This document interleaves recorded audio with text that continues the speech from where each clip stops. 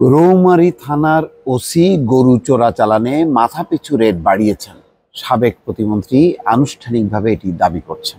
খুবই ইন্টারেস্টিং ঘটনা, কেননা সীমান্ত এলাকা, যেই সীমান্ত এলাকার একটি প্রান্তে ঝিনাইদহের কালীগঞ্জে এমপি আনারুল আজিম আনার নিশ্চয়ই মনে আছে, সেই চোরাচালান, মাদক, হুন্ডি এ সমস্ত কারবারের তিনি যুক্ত ছিলেন বা নেতা ছিলেন। তাকে নির্মমভাবে হত্যা করা হয়েছে কলকাতায়। সেই ঘটনা এখনো আলোচিত, তার রেশ যায়নি। তার মধ্যে আরেক সীমান্ত এলাকার ঘটনা তিনি তুলে ধরছেন।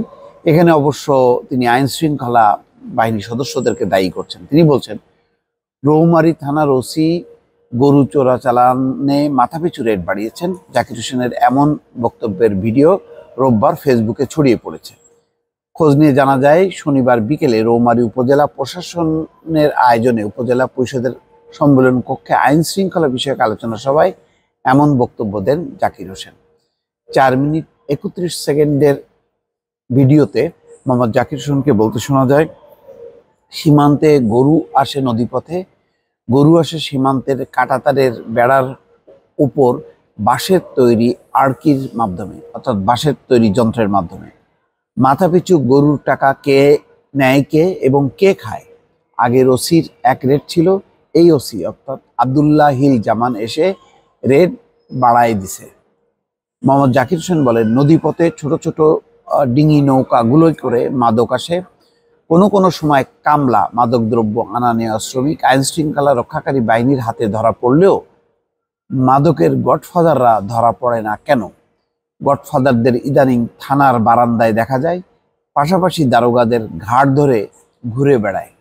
রৌমারী এখন মাদকের সাম্রাজ্য উল্লেখ করে সাবেক এই প্রতিমন্ত্রী বলেন, এখানকার মাদক কারবারীরা কোটিপতি, বকলম হয়েও শুধু টাকার জোরে নির্বাচিত জনপ্রতিনিধি হচ্ছেন অনেকেই। এখানে উপস্থিত সবার খবর আমি জানি। হুন্ডি ব্যবসার সঙ্গে কারা কারা জড়িত সবাই জানেন, কিন্তু কেউ বলেন না। আমার মুখ খোলায়েন না, ভালো হয়ে যাই সবাই। আলোচনা সভায় উপস্থিত ছিলেন কুড়িগ্রাম 4 আসনের এমপি বিপ্লব হাসান, উপজেলা পরিষদের chairman Shahidul Islam, vice chairman Shamsul দোহা, উপজেলা নির্বাহী কর্মকর্তা নাহিদ হাসান খান, রৌমারী থানার ওসি মুশাহেদ খান, রৌমারী বিজিবি ক্যাম্পের কোম্পানি কমান্ডার নায়েক সুবেদার আব্দুর রহমান রাজ্জাক, উপজেলা আওয়ামী লীগের সাধারণ সম্পাদক রাজু আহমেদ প্রমুখ। সাবেক প্রতিমন্ত্রীর বক্তব্যের বিষয়ে রৌমারী থানার ওসি মুশাহেদ খান বলেন, পুলিশ গরু চোরাচালানের সঙ্গে জড়িত বিষয়টি আমার জানা নেই, তবে মাদকের বিষয়টি পুলিশের কাছে গডফাদার ও কামলা বলে কিছু নেই। আমরা যখন যার কাছে মাদক পাই তাকে আটক করি। এক্ষেত্রে কেউ যদি গডফাদারদের তথ্য দেয় তবে আমরা সেখানে অভিযান চালাবো। আচ্ছা, চট্টগ্রাম পুলিশের সুপার আল আসাদ মোহাম্মদ মাহফুজুল ইসলাম জানান, সীমান্তে চোরাচালানে পুলিশের সম্পৃক্ততার কোনো সুযোগ নেই। সীমান্তের 8 কিলোমিটার এলাকায় পুলিশ যেতে হলে বিজিবিকে অবগত করে তবেই সেখানে যেতে হয়।